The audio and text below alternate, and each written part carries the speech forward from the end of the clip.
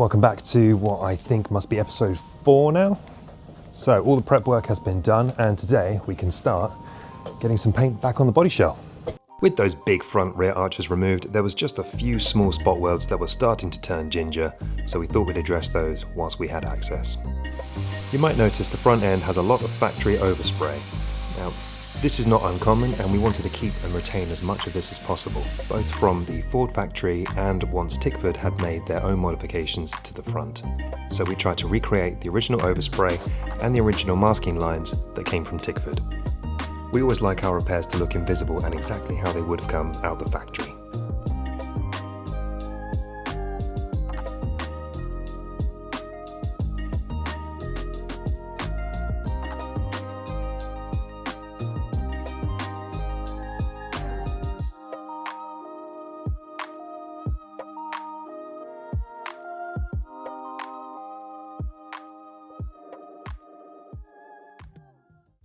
Moving on to the rear arches, you can see that all the rust has been dealt with and is now ready for a good thick layer of primer.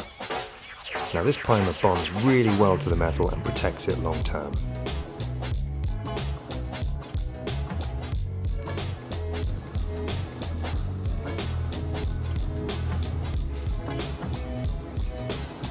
We're starting here by painting the beige factory product onto the rear arch. This is how it would have come out of the Ford factory before going to Tickford. Once Tickford get their hands on it, they install their own wider baffle plate which they painted black.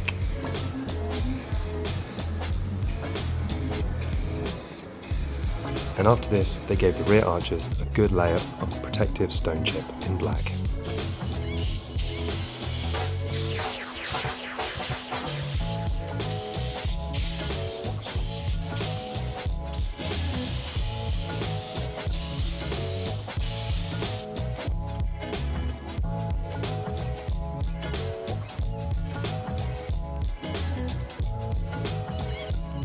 Here you can see we've constructed a small area around the bit we're painting.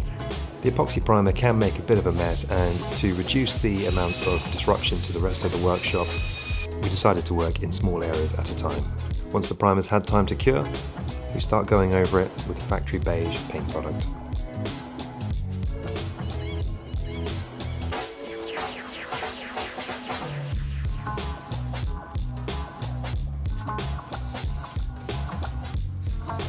Other than looking factory original, this beige product gives a really nice finished look to the underside of the car.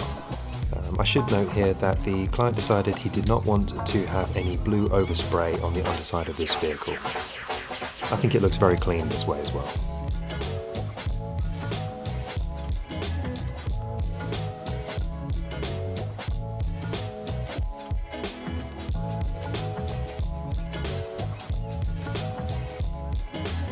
A bit of clear wax in all the cavities and a good liberal coating across the whole of the underside protects the car for years to come.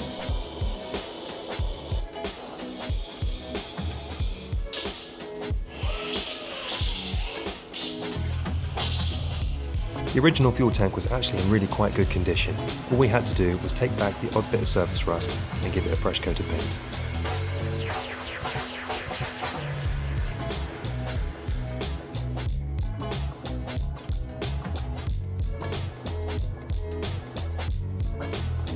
And here is the finished item reinstalled with the fuel lines and the fuel filler hose, as well as that lovely eye-back rear suspension.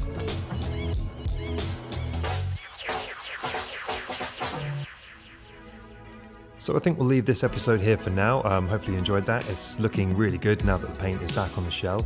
A few bits of suspension and the fuel tank all starting to go back in and looking great. So we should have the remaining bits here maybe this week, and if we're lucky, back on its wheels by Friday. And then we just wait for a slot at the painters really, and she's good to go. But hopefully you enjoyed that, and we'll see you next time.